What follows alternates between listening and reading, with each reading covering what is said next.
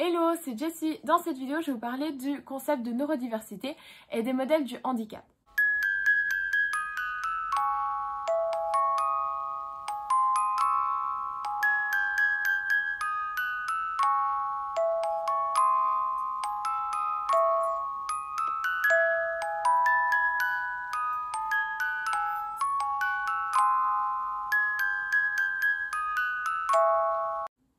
Tout d'abord, il faut savoir que l'autisme est un handicap. Donc premièrement, il faut savoir qu'il existe deux modèles du handicap. Le modèle social et le modèle individuel ou médical.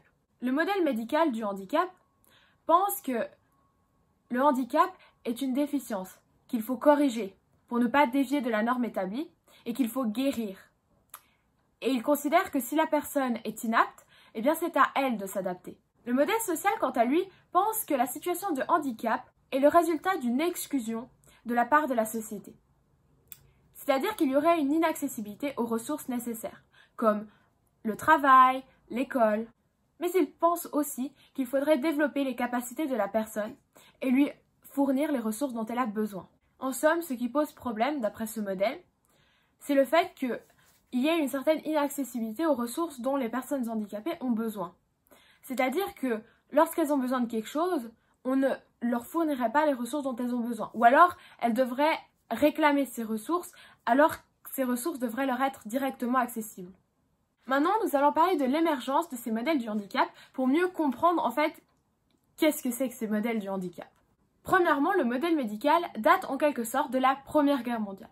C'est-à-dire que lorsque les soldats sont rentrés handicapés physiquement de cette guerre, eh bien, le terme réadaptation des handicapés est apparu pour la première fois. En effet, il a fallu que ces personnes puissent à nouveau vivre en société. Et c'est cela qui définit en partie le modèle médical, qui est issu de l'approche biomédicale. Ce modèle voit le handicap comme une déficience de l'individu.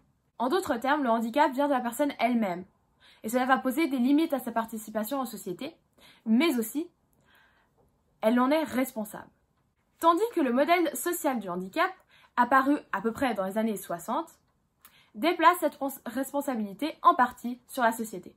Le handicap ne vient plus seulement de la personne, mais aussi de son environnement. En réalité, le handicap résulterait du fait que la société ne serait pas adaptée à ces personnes qui sont handicapées, ou en tout cas pas adaptée à leur spécificité, à leur particularité. C'est donc le milieu dans lequel vit la personne handicapée qui devrait être adapté, et non la personne elle-même qui devrait s'adapter. L'objectif ici est de renforcer les capacités de l'individu afin de compenser ses difficultés et de lui permettre d'être autonome. Finalement, pour revenir au modèle médical, il ne demande pas seulement une adaptation de la personne, il demande aussi une guérison du handicap, qui n'est pas forcément possible, mais en tout cas c'est l'objectif espéré. Je voulais juste vous dire encore quelques mots sur les deux modèles, quelques points en fait à souligner avant de passer au concept de neurodiversité. Le modèle médical, donc il a une approche biomédicale, voilà, et en fait, pour le traitement, il va essayer de guérir le handicap par des médicaments par exemple. Il va aussi privilégier un dépistage prénatal. Par exemple, pour l'autisme, ils sont en train de rechercher un dépistage prénatal pour l'autisme. Ensuite, il y a aussi vraiment cette idée d'élimination ou de guérison du handicap, d'éradication en fait du handicap. Donc éradiquer l'autisme dans le cas de l'autisme. Ensuite, pour le modèle social du handicap, il y a donc le but vraiment de rendre accessibles les ressources nécessaires aux personnes handicapées, et il y a vraiment une élimination des barrières qui empêchent la personne handicapée d'être inclue. Le but, c'est que les personnes handicapées soient incluses à la société. Il y a aussi le fait de reconnaître que le handicap, c'est quelque chose qui est tout à fait, en guillemets, normal, c'est-à-dire que c'est quelque chose qui fait partie de la société, mais aussi le fait que les personnes handicapées ont des droits, et vraiment c'est reconnaître leurs droits. Maintenant, parlons du concept de neurodiversité. Alors, un mouvement a émergé du modèle social du handicap, et c'est la neurodiversité. Ce fut vraiment dans l'objectif de s'opposer à une certaine culture de la guérison. Donc, à une certaine atmosphère où on tente en fait vraiment de guérir le handicap. La première fois qu'on a utilisé le terme neurodiversité, C'était dans un article de Harvey Bloom et c'était en 1998. Et ce mouvement, il soutient vraiment l'acceptation de l'autisme et du handicap. Et qu'est-ce que nous dit ce concept de neurodiversité? Eh bien, il nous dit que nous avons tous un cerveau différent. Et que cela fait partie de l'expérience humaine et que c'est source d'une grande richesse. On ne parle plus de déficience, mais de différence de fonctionnement. Et on voit ça comme quelque chose de, entre guillemets, normal, comme quelque chose qui fait partie de la vie. Et on dit que les personnes qui ont un cerveau qui est dans la norme, donc qui représente la majorité, eh bien ce sont les neurotypiques. Et les personnes qui ont un cerveau qui n'est pas dans la norme, qui est donc dans la minorité, et qui présente soit une condition neurologique, soit un trouble développemental, ou alors soit une maladie psychique, eh bien ce sont les neurodivergents ou neuroatypiques. Alors les neurodivergents, ça pourrait être par exemple les personnes autistes, les personnes schizophrènes, les personnes avec un TDAH, etc. Et la neurodiversité soutient que cette diversité des cerveaux a toujours existé. Et que ce n'est pas quelque chose de mauvais qu'il faudrait corriger pour avoir l'air plus neurotypique, ou alors quelque chose qu'il faudrait éradiquer. Pour terminer sur le sujet de la neurodiversité, afin d'éviter quelques malentendus, et parce que j'ai pas envie de le reformuler moi-même parce que je trouvais que c'était très bien dit, je vais vous citer ce qu'a dit Amitest Schaber dans une de ses vidéos de Ask an Autistic, et c'était de 3 minutes 39 à 5 minutes 09. C'était dans sa vidéo What is Neurodiversity? Donc c'était une vidéo en anglais, donc j'ai pris la traduction française. Certaines personnes pensent que la neurodiversité signifie que l'on ne fait rien pour aider les personnes en situation de handicap. Certaines personnes semblent penser que le mouvement pour la neurodiversité est anti-traitement ou anti-thérapie. Ce n'est pas le cas. Le mouvement pour la neurodiversité affirme que les différences dans le neurotype, des choses qui ne sont pas nocives mais qui représentent juste une manière d'être différente, ne nécessitent pas d'être corrigées. Donc, ce que ça signifie, c'est que les comportements autistiques naturels d'une personne autiste, la manière dont elle s'exprime et communique naturellement, ne devraient pas être corrigés pour être plus neurotypique, pour avoir une apparence ou une expression plus neurotypique, et que cela serait en fait nocif pour les personnes autistes. Donc, de ce point de vue-là, oui, le mouvement pour la neurodiversité s'oppose au fait d'obliger les personnes autistes à sembler plus neurotypiques. Le fait de faire une priorité, de se forcer à avoir l'air normal, de se forcer à sembler moins handicapé, c'est nocif. Le mouvement pour la neurodiversité ne s'oppose pas au traitement. Nous soutenons l'usage de traitements qui ne mettent pas en danger et qui sont efficaces, qui ont fait leurs preuves et qui ne présentent pas le risque de nuire davantage que d'aider. Alors le problème majeur avec le modèle médical, c'est que les parents vont se retrouver dans une situation où ils vont essayer de faire tout ce qu'ils peuvent pour guérir leur enfant, pour le sauver de leur autisme, pour éliminer l'autisme, pour leur donner la chance d'avoir une vie normale, pour les rendre neurotypiques, pour qu'ils aient l'air normaux, pour que les autres après les acceptent. Mais ils ne vont pas accepter leur enfant.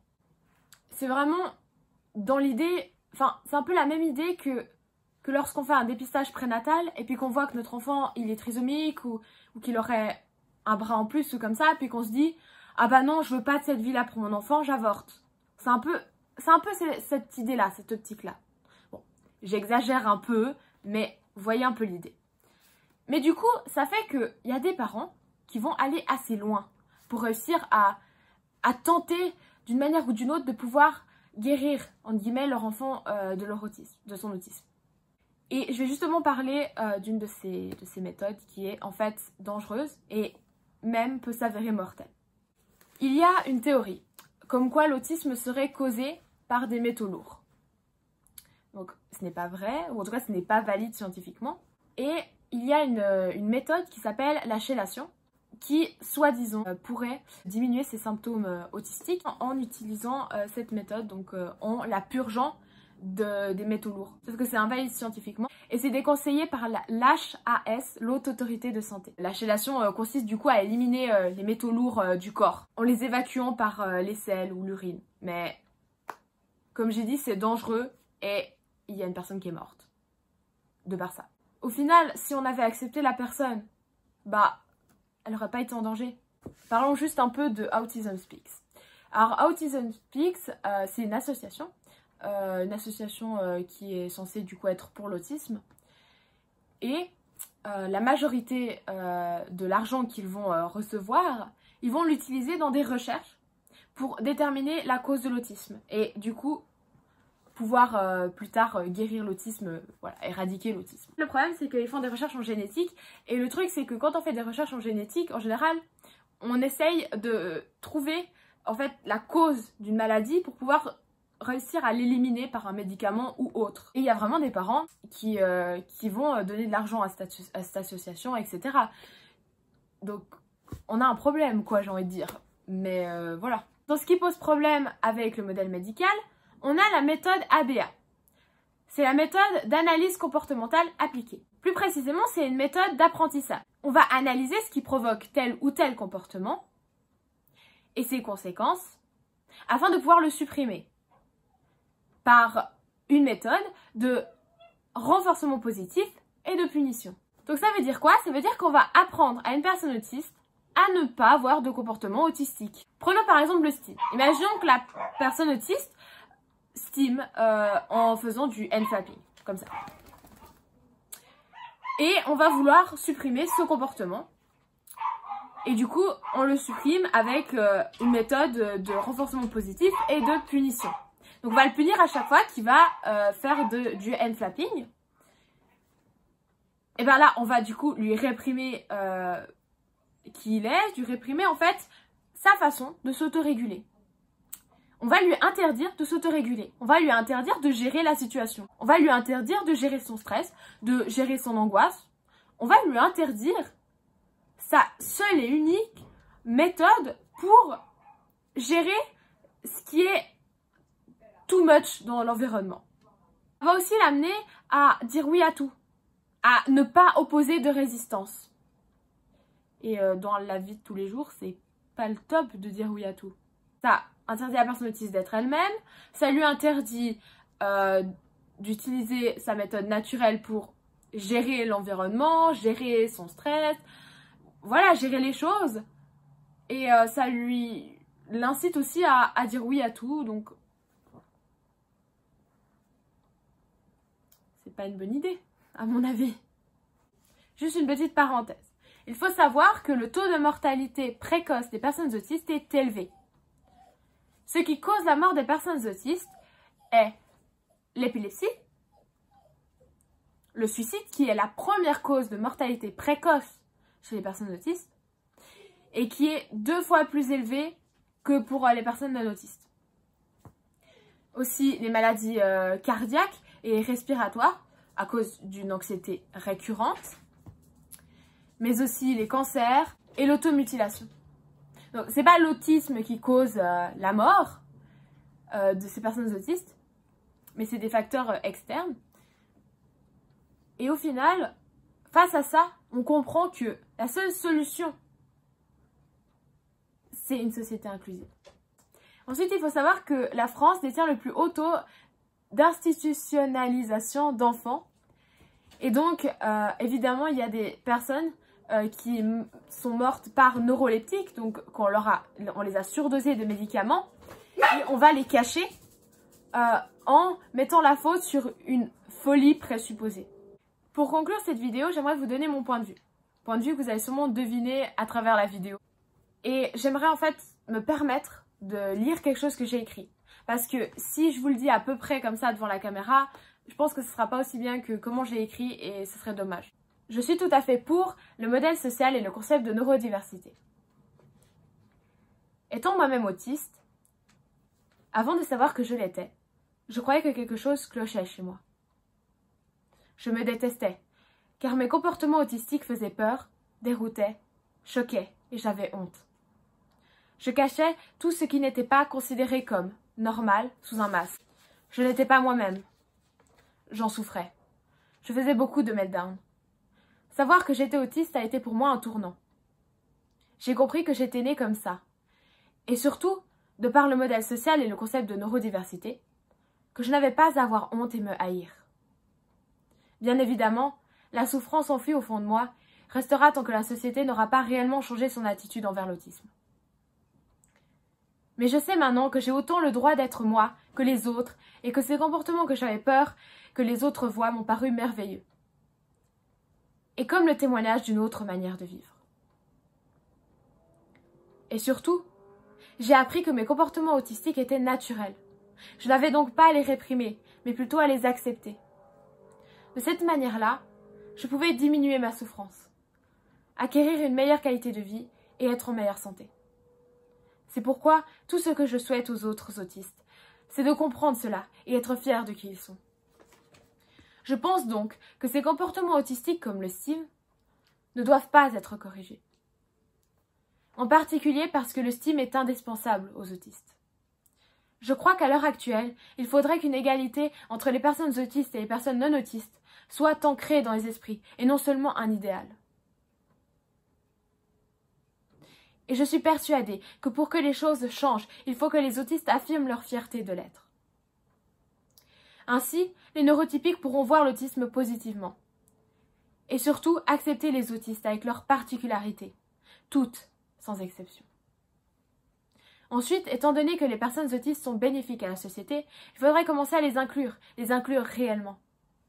La charité et la pitié sont bien jolies, mais ce n'est pas un prétexte pour une bonne action qui ouvrira les portes du paradis. D'autre part, la recherche en génétique qui a pour objectif, il faut l'avouer, d'éradiquer l'autisme, est inquiétante. Cependant, une lueur d'espoir me rassure, celle que nous progressons petit à petit. La vision de l'autisme a tout de même beaucoup changé quand on pense qu'à la base nous étions vus comme des attardés. De plus, de notre côté, nous commençons à prendre la parole, à trouver des stratégies et des astuces pour améliorer notre qualité de vie. Tant pis si les psychiatres, psychologues et psychothérapeutes n'en sont pas capables. Ils ne le sont pas car ils essaient de nous normaliser. Or, ce n'est pas ce dont nous avons besoin. Non, nous attendons une société où nous sommes acceptés et non corrigés. Les neurotypiques ne sont pas corrigés, à ce que je sache. D'autre part, l'autisme, c'est juste une autre manière de vivre, de fonctionner. Ça l'est encore plus pour ceux qui sont mutiques. Car ils ont recours à une autre manière de communiquer et de s'exprimer que le langage verbal. À ce propos, les neurotypiques devraient prendre le temps d'apprendre leur langage, notre langage. La parole n'est pas indispensable pour se sentir connectés les uns aux autres. Même si à première vue cela peut être déstabilisant d'entrer dans notre monde, le voyage en vaut la peine. C'est une expérience humaine, belle et enrichissante. Mais surtout, cela permet de se rapprocher de la personne, de créer un lien plus fort. Les non-autistes devraient essayer de s'adapter à cette façon de communiquer. Pourquoi ce serait à nous de nous adapter sans cesse? Lorsque ce n'est pas à sens unique, le lien affectif est plus puissant. Ce qui fait la beauté de la vie, c'est l'expérience humaine, non? Et la diversité. Finalement, je dirais que le STIM est juste merveilleux. C'est tellement plus que l'autorégulation et l'expression de la joie. Il procure du bonheur et il permet d'expérimenter le monde différemment. Voilà ce que j'avais envie de dire. Si vous avez aimé la vidéo, n'hésitez pas à laisser un j'aime. N'hésitez pas à commenter, donner votre avis, donner votre point de vue, à débattre, tout en respectant les points de vue des autres, bien évidemment. Et à vous abonner si vous voulez voir plus de vidéos sur l'autisme. Voilà. Je vous laisse. À une prochaine vidéo. Ciao, ciao!